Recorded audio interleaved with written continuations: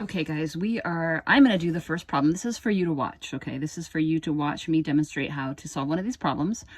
We are trying to determine if we are given cubes that have fractional side lengths, and we're given a rectangular prism. We're trying to figure out how many of these cubes would fit into this rectangular prism. So there's a process here, and I've got the steps written out here. Step 1 is to find the volume of that cube. So I'm going to demonstrate that. So I'll put number 1 right here because I'm doing step 1.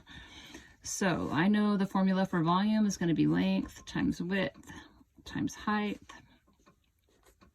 And each side is 1/4, right? This is 1/4, this is 1/4, and this is 1/4, okay?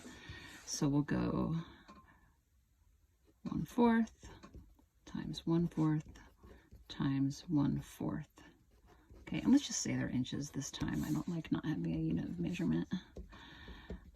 Okay, so we're going to multiply across, and the volume of this cube is going to be 1. And be careful here. When we go fast, we make mistakes. So this is 4 times 4 is 16. 16 times 4 is 64.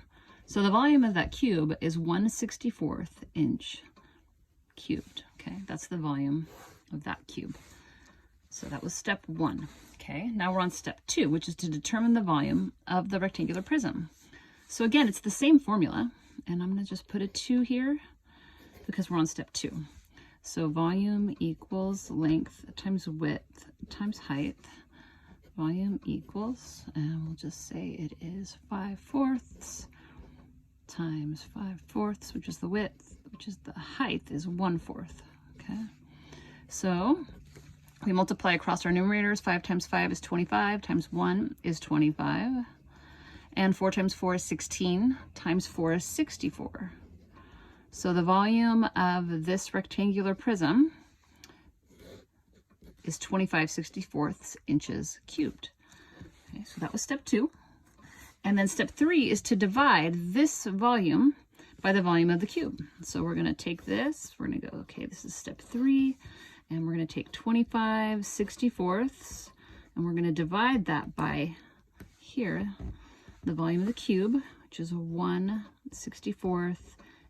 Okay, and this is where we had that slide where we were practicing and making sure that you remembered how to divide fractions. So remember, when we're dividing fractions, it's keep, change, flip. So we will keep, let me go up a little here, 25/64, change this to multiply,